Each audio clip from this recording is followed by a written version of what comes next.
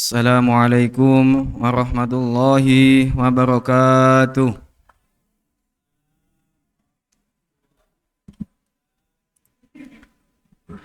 Alhamdulillahi rabbil alamin.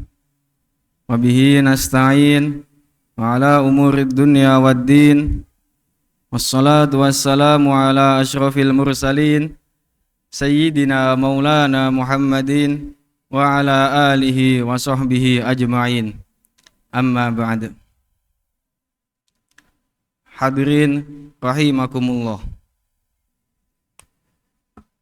Di dalam diri kita terdapat dua kekuatan yang sangat besar, yaitu akal dan nafsu. Akal cenderung mengajak kepada kebaikan, sedangkan nafsu cenderung mengajak kepada kesenangan sesaat. Dan barang siapa ketika akal bisa menguasai nafsu, itu manusia derajatnya naik bisa seperti malaikat. Dan ketika nafsu menguasai akal, itu manusia derajatnya insya Allah lebih rendah daripada hewan. Di dalam Quran disebutkan, wa amma man khafa maqama rabbih wa nahan nafsa 'anil hawa fa innal jannata hiyal ma'wa. Dan adapun orang yang takut kepada Tuhannya dan yang menahan hawa nafsunya, maka sesungguhnya surgalah tempat tinggalnya. Di dalam kitab Tanbihul Ghafilin diceritakan, ketika Allah menciptakan akal, Allah berfirman kepada akal, siapa aku dan siapa engkau? Kemudian akal menjawab, engkau adalah Tuhanku dan aku adalah hambamu yang lemah. Kemudian Allah berfirman, tidak kuciptakan makhluk yang lebih mulia daripada engkau, yaitu akal. Akal ini waras, akal. Kemudian Allah menciptakan nafsu. Allah berfirman kepada nafsu, hai nafsu, siapakah aku dan siapakah engkau? Nafsu ini diam saja, tidak menjawab, sombong gitu. Kemudian si nafsu ini dimasukkan ke dalam neraka jahim selama 100 tahun. Kemudian diangkat, ditanya lagi sama Allah, hai nafsu, siapa aku dan siapa engkau? Nafsu masih menjawab, aku adalah aku, engkau adalah engkau. Kemudian si nafsu ini dimasukkan lagi ke dalam neraka atau neraka neraka kelaparan. Dimasukkan di dalam neraka itu selama 100 tahun. Kemudian diangkat dan ditanya lagi oleh Allah, hai nafsu, siapa aku dan siapa engkau? Engkau adalah Tuhanku dan aku adalah hambamu yang lemah. Dari situ bisa disimpulkan bahwa salah satu untuk menaklukkan nafsu adalah dengan cara berpuasa. Kemudian di dalam kitab Nadham Burdah karangan Imam Al-Busiri dikatakan, fala tarum bil ma'asi kasra syahwatiha, inna ta'ama yuqawi syahwatan nahimi, wan nafsu katifli in tuhmilhu sabba ala hubbir radai wa in taftimhu yang fatimi.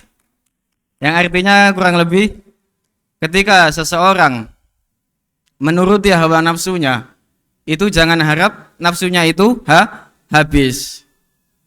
Justru ketika seseorang itu meladeni hawa nafsunya, maka nafsu itu justru tambah merajalela, tambah liar lagi nafsunya. Seperti orang rakus, inna ta'ama yuqawi syahwatan nahimi. Orang rakus itu ketika dikasih makan bukan kenyang, tapi malah tambah rakus. Wan nafsu katifli. Nafsu itu seperti bayi. Wan nafsu katifli intuh milhu sabba'ala. Ketika bayi ini tidak disapeh tahu ya?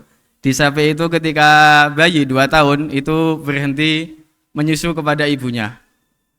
Nah, di dalam fikih juga diterangkan bahwa salah satu syarat untuk menjadi saudara rodok, saudara satu susuan, itu menyusu kepada seseorang perempuan dan bayinya ini kurang dari 2 tahun. Ketika lebih dari 2 tahun itu tidak termasuk saudara rodok. Dan menyusunya itu lebih dari 5 kali susuan. Berarti kalau 4 kali belum termasuk saudara rodok. Jadi nafsu itu seperti bayi. Ketika tidak disapih, ya dia tetap akan belum hilang. Wa nafsu katifli intumilu sabba'ala hubbi radai wa in taftimhu yang fatimi. Maka sampai besar pun bayi ini akan tetap hobi menyusu, dan ini sangat bahaya. Ketika besar kok masih menyusu sama ibunya, ini sangat bahaya. Dan kemudian pada nadom yang lain dikatakan kam hasanat ladatan lil mar'i qatilatan fi min haitsu lam yadri an nasama fil dasami. Betapa banyak kelezatan, betapa banyak kelezatan tetapi justru membawa malapetaka kepada seseorang. Karena tanpa diketahui racun tersimpan di dalam sebuah makanan. Ini hanya sebuah kiasan. Jadi yang contoh terlihat seperti gula itu manis dan juga lezat. Tapi ketika kebanyakan, kaki kita bisa dipotong karena penyakit gula, bisa diamputasi. Terus dikiaskan ke yang lain. Ketika kita sebagai tulabul ilmi, tapi niat kita atau nafsu hanya mengajak untuk supaya kita ini dipanggil orang alim, itu juga agak bahaya. Tapi juga latihan, semua itu butuh latihan. Tidak harus langsung lillahi ta'ala, itu susah. Semua harus latihan.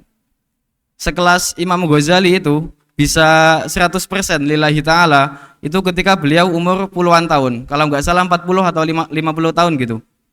Beliau baru bisa ikhlas lillahi ta'ala. Itu sekelas Imam Ghazali.